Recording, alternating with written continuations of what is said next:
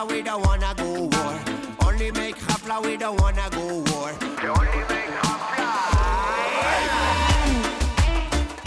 Magny-Cours, un circuit mythique pour les sports mécaniques, tant son tracé est exigeant que ses histoires sont passionnantes et il accueille la 4e étape du championnat de France Superbike qui marque la mi-saison. Bonjour à toutes et à tous et bienvenue dans FSBK 360 et aujourd'hui nous avons le plaisir d'accueillir Johan Gimbert et Mathieu Luciana. Bonjour. Bonjour. Salut.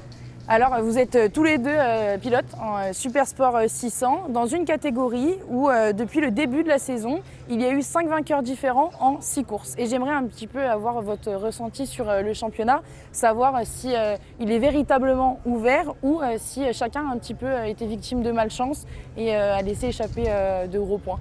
Pour ma part, oui, ça a commencé avec 2 résultats blancs au Mans. Il y a pas mal de rebondissements, Johan qui est là tout le temps, on essaye de récupérer des choses, mais ouais, c'est une saison qui est un petit peu mouvementée. Justement d'ailleurs, Johan, tu es un peu aussi considéré comme l'homme fort de la saison, Mathieu vient de le dire.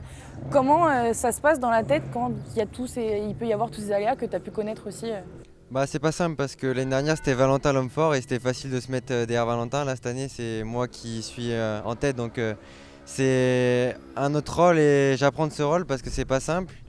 C'est pour ça que je travaille mentalement beaucoup parce qu'il y a des moments où il faut savoir gérer ses émotions et tout ça et tout le temps être dans chaque position, être devant donc c'est pas simple mais on apprend. C'est plus facile de chasser ou d'être chassé du coup Je pense que c'est plus facile de chasser que d'être chassé. T'es d'accord avec ça ou... Pour ma part, moi je pense que quand on est chassé, c'est qu'on est l'homme fort. Après, c'est un peu plus délicat à gérer. Après, surtout en fin de saison, quand il y a un titre qui a joué dans les dernières courses, il va l'apprendre avec plus son expérience, mais moi je préfère être chassé. Et en parlant de Supersport 600, nous avons fait un focus sur Loïc Arbel qui, malgré une blessure en 2022 qui a mis un terme à sa saison, revient avec PMR et des ambitions de titre.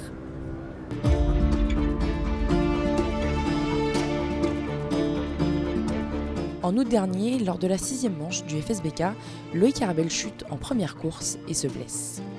J'avais le pied à l'envers, fracture tibia-péroné. Donc direct, j'ai compris que ça mettait un terme à la saison. Un mois à l'IT, c'était vraiment dur parce que suite à l'opération, déjà beaucoup de douleurs, beaucoup de frustration. Ça veut dire fondre complètement musculairement. J'ai perdu 9 cm de tour de cuisse. On a le temps de réfléchir à pas mal de choses différentes, donc il y a un peu tout qui passe par la tête. Je me suis dit pourquoi je fais ça, est-ce qu'il faut que j'arrête, est-ce qu'il faut que je fasse autre chose. Autant d'entraînement, de sacrifices, etc. pour une passion, parce qu'au final c'est ça, c'est depuis tout petit des rêves et tout, c'est ça qui motive. Dès que j'ai commencé à rebouger, etc., j'avais que ça qui revenait en tête, de pouvoir refaire de la moto et en fait ça devient une motivation. Après 2 mois en centre de rééducation à Cap-Breton, il revient avec le team PMR qu'il connaît bien en championnat de France Superbike et signe avec Tecmas Racing Team où il retrouve Kenny Forêt en endurance. L'objectif clairement, en fait, dès que j'ai commencé le centre de rééducation, c'était d'arriver à pouvoir être prêt pour Le Mans en mars. Loïc, c'est un ensemble de choses. Loïc, c'est ses points faibles qui sont pour moi ce que j'ai envie de travailler. Ses doutes, ses remises en question permanentes, son côté pas sûr de lui, qui lui joue des tours. La remise en question, c'est très très bien, mais il ne faut pas que ça en devienne quelque chose de négatif. Et des fois, je me dis qu'avec Loïc, il se pose tellement de questions que ça peut devenir parfois embêtant. On essaye de toujours amener les mots pour le mettre dans des situations positives, même en sortant du négatif. Ça, j'en parle pas trop, mais c'est sûr que après les chutes, après d'enchaîner les blessures, au final, c'est des traumatismes. 8 mois à avoir mal tous les jours, des galères, de la rééducation, etc.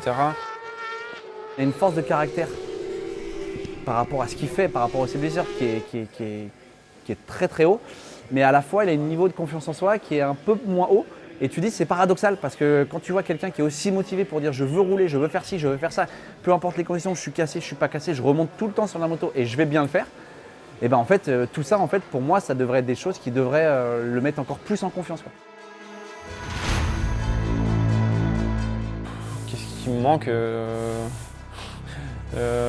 d'y croire croire un peu plus, et puis un peu de réussite, et il me manque pas grand-chose. Ce manque de confiance, ces blessures font que forcément, inconsciemment, c'est un frein quand on monte sur la moto. J'ai encore à travailler pour revenir à 100% de ma confiance comme je l'étais juste avant de me blesser. Je veux continuer, je veux me battre pour gagner des courses. Ça a été ma motivation pour pouvoir être prêt et me rééduquer tout l'hiver. Ça m'a permis de me dire c'est quelque chose que j'aime et que j'envisage pas ma vie sans ça. Ça donne un peu cette rage de vaincre pour pouvoir dominer, gagner des courses et passer encore un step et atteindre ce niveau, on va dire, plus que national. Il faut être à 200% dans la tête. Loïc a retrouvé le chemin des podiums et désormais la consécration en course n'est plus très loin. Mathieu, les blessures, toi tu sais un peu ce que c'est. Comment est-ce que tu les as gérées au cours de ta carrière? La blessure en elle-même, je me suis beaucoup blessé, je me suis un peu presque tout cassé, mais le plus dur, on va dire, mentalement, ça m'a jamais causé de problème. Quand le corps ne permet plus, on arrête, mais si on a un vrai pilote dans l'âme, je pense que la raison, c'est de continuer, quoi, tout simplement. Mais comment est-ce que tu la gères au fur et à mesure? Parce que tu en as eu plusieurs, est-ce que tu... C'est pareil à chaque fois, le temps de récupérer, mais après dès qu'on est capable de remonter sur la moto, on le fait, quoi. Je pense qu'on est un peu tous comme ça. Et après, je connais peu de pilotes qui ont roulé vite, qui ont connu on va dire des podiums, des choses comme ça. Une fois qu'on a goûté à ça, je pense que c'est plus fort que la blessure et la douleur, quoi, tout simplement. Et Johan, petite question, qu'est-ce que ça fait de rouler avec un pilote qui roulait avec ton père? C'est bien parce que Mathieu, je le connais depuis longtemps, même si on se fréquentait pas trop. C'est sûr qu'il est vieux, il a de l'expérience. Quand il pleut, il m'embête un peu, mais c'est l'expérience. J'apprends de tous ces pilotes. J'apprends quand je roulais avec mon père, j'apprends quand je roulais en track day avec des 1000 ou tous ces gens qui ont beaucoup roulé. Donc pour moi, c'est plus du positif et j'aime bien, moi. Et inversement, qu'est-ce que toi ça peut te faire de rouler avec Johan? Tu roulais avec Sébastien, t'es un peu le doyen en fait en 600. Ça me rappelle quand j'avais leur âge. Et c'est bien, ce que je trouve bien, c'est que dans ce championnat, particulièrement le championnat de France, que ce soit Johan, le petit Mathieu Gregorio, Loïc, Enzo, c'est tous ces jeunes pilotes qui roulent très très vite. C'est des bons petits gars, voilà, ils se prennent pas la tête, sur la piste tout ça ils sont là, mais je veux dire on a tous un bon contact quand même, ça j'adore parce que ça pourrait, on est quand même dans une époque un peu spéciale au niveau de ces choses là, mais ça ressemble un peu de ce qui se passe en MotoGP, une fois que on ferme la visière, il n'y a plus de potes, mais une fois que c'est terminé, tout le monde s'entend bien. Et non, ça fait plaisir parce que c'est la relève et puis je pense que même Johan il a eu le meilleur des exemples et il a une très belle carrière à faire, c'est tout ce que je lui souhaite et je pense que s'il continue cette voie-là, il fera des très belles choses. Et tu disais vous restez un peu en contact, vous échangez un petit peu entre les courses ou pas? Ouais, sur Insta. On se chambre un peu entre les courses, mais... C'est-à-dire? Là, avant de venir, il a dit que ça serait pas simple pour moi, donc j'ai tout fait pour que ce soit pas simple pour lui non plus. Et c'est compliqué. Et en tout cas, la nouvelle génération te plaît, quoi. Ouais, franchement, ils sont bien. Franchement, ils sont tous bien et ça va faire des belles courses. Et il y a un très très bon niveau en championnat de France, que ce soit en Superbike, Super Sport. Là, on a quand même une année où il y a des belles choses qui se passent. Donc, après, je leur souhaite une belle carrière à tous. Et Johan, tu disais que tu t'inspirais des pilotes comme Mathieu ou de ceux avec qui tu roules en track days. Comment tu t'en inspires pour progresser? Surtout quand je roule avec mon père ou quoi que ce soit, comment il débriefe après les séances. Parce que je suis quelqu'un que dès que ça va pas, je dis ça va pas, mais il faut trouver pourquoi ça va pas. Et sur ça, ils sont très forts parce qu'ils ont eu du vécu, ils ont vu à peu près tous les réglages possibles sur une moto. Et sur tout ça, sur comment on construit une séance, pas que faire le chrono, mais comment on la construit pour y aller. Tout ça que j'apprends tous les jours en fait. Je vous propose de regarder le résumé des courses.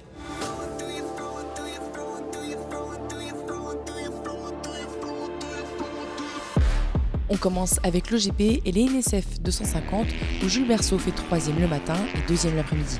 A l'inverse, Jimmy Primo termine 2e en course 1 et 3e par la suite. Evan Boxberger enfonce un peu plus le clou au championnat avec 2 victoires supplémentaires. En pré-moto 3, le leader du championnat David Dacosta réalise une 3e place en manche 1, puis une 2e place plus tard. Henri Mignot, disqualifié l'après-midi, remporte la première course de la journée, juste devant Rémi Sanjuan qui s'impose en 2e manche.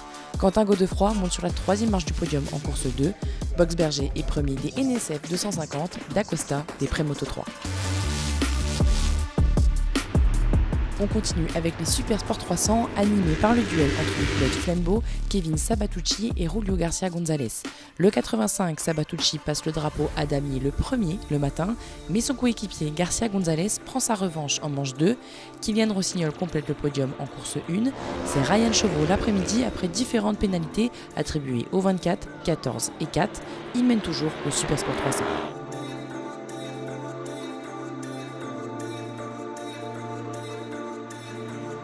Place au Moto 4 avec Florian François qui monte sur la 3e marche du podium le samedi et Kevin Meffray, lui, le dimanche. Devant Gabriel Piot, l'emporte sur Matteo Berger en première course. Le lendemain, le numéro 42 prend l'avantage et gagne. En Moto 5, Elliott Carvalho réalise 2 3e places à Manicourt. Roméo Moneron fait 2 en première manche qui est remportée par Teddy Kénéan. Il se fait battre ensuite par le 279 en course 2.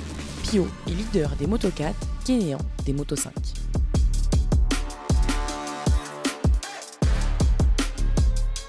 En sidecar, l'Église et Druel s'imposent en début de week-end, puis font 2e le lendemain. Le père et le fils Peugeot sont 2e le samedi, gagnent le dimanche matin et terminent 2e l'après-midi. Ils mènent les F600. Le sidecar 41 de Wissen et Salmon remporte la dernière manche dans la Nièvre après 2 top 3. Palacker et Sessuti gagnent les épreuves 1 et 3 en F2 et c'est Bergeon et Colombin en sprint. Les 122 sont premiers de leur championnat.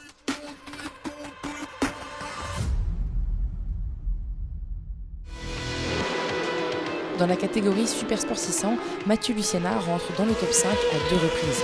En challenger, Vincent Falcon remporte les 2 manches malgré ses douleurs. Devant, Gimbert, Gregorio, Arbel et De La Vega nous ont offert de belles batailles et ont tous pris les commandes d'un temps. Suite à une erreur le matin, Gimbert termine aux portes du podium après une belle remontée. Il se rattrape et remporte la course suivante. Arbel signe une 3e place en début de journée, puis une 4e place ensuite. Le 114 Enzo De La Vega fait 2e et 3e ce dimanche. Devant, Mathieu Gregorio passe la ligne d'arrivée le premier en manche 1 et finit à 4 dixièmes du vainqueur l'après-midi. Gimbert est toujours premier de la catégorie Perrin des Challengers.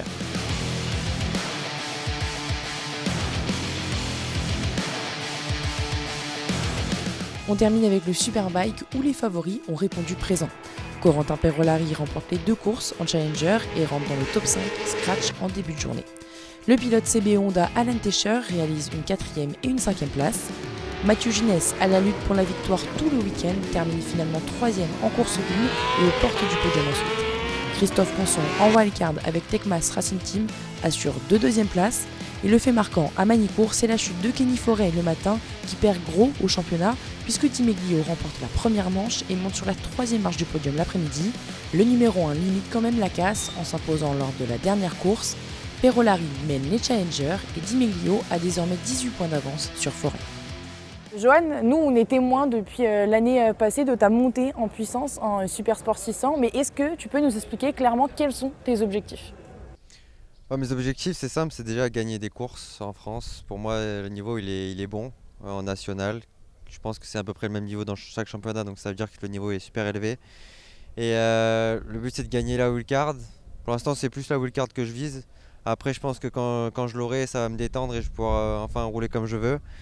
Et après, montrer ce que je sais faire à Manicourt ici à la wildcard, c'est le but numéro 1. Le titre après, et ensuite on verra si on part plutôt sur du Super Sport Mondial l'année prochaine ou sur du Moto 2 en CEV. Mathieu, toi tu es revenu sur le FSBK en 2017 après 10 années en mondial. Quel est le conseil que tu pourrais donner à Johan qui a 18 ans et qui justement convoite peut-être bientôt ces championnats ? Je pense qu'il a la chance d'avoir un papa qui a beaucoup aussi d'expérience. Moi, le conseil que je peux lui donner, c'est que si j'avais écouté plus mon père, j'aurais évité pas mal de péripéties, parce que mon père aussi a beaucoup roulé. Donc c'est pas forcément évident d'avoir la relation père-fils, parce que quand on est en compétition, on a un petit peu a tendance à ramener ça un petit peu les relations qu'on peut avoir à la maison, alors que quand on est sur une compétition, il y a vraiment un cadre de travail qui est important. Donc je ne sais pas comment il travaille, Johan, avec son père, mais voilà, c'est le seul conseil que je peux lui donner. Voilà, son père a fait beaucoup de belles courses, en mondial, partout. Et Mathieu disait que ton papa, c'est Sébastien Gimbert, il a un gros palmarès derrière lui. Comment ça se passe, votre relation de travail Ça se passe bien, ils m'aident beaucoup. Après, des fois, forcément, ça reste mon père et on se frite. Mais je pense que c'est surtout l'hiver. Après, quand la saison commence, on arrive à savoir où est notre place. Et maintenant, depuis la première course du Mans, on s'entend bien et c'est top. C'est top. Voilà, donc tout se passe bien. Et merci d'avoir été avec nous, c'était un plaisir. Et on se retrouve dans une dizaine de jours tout juste dans les Pyrénées à Pau-Arnos pour la 5e étape du FSBK. Salut!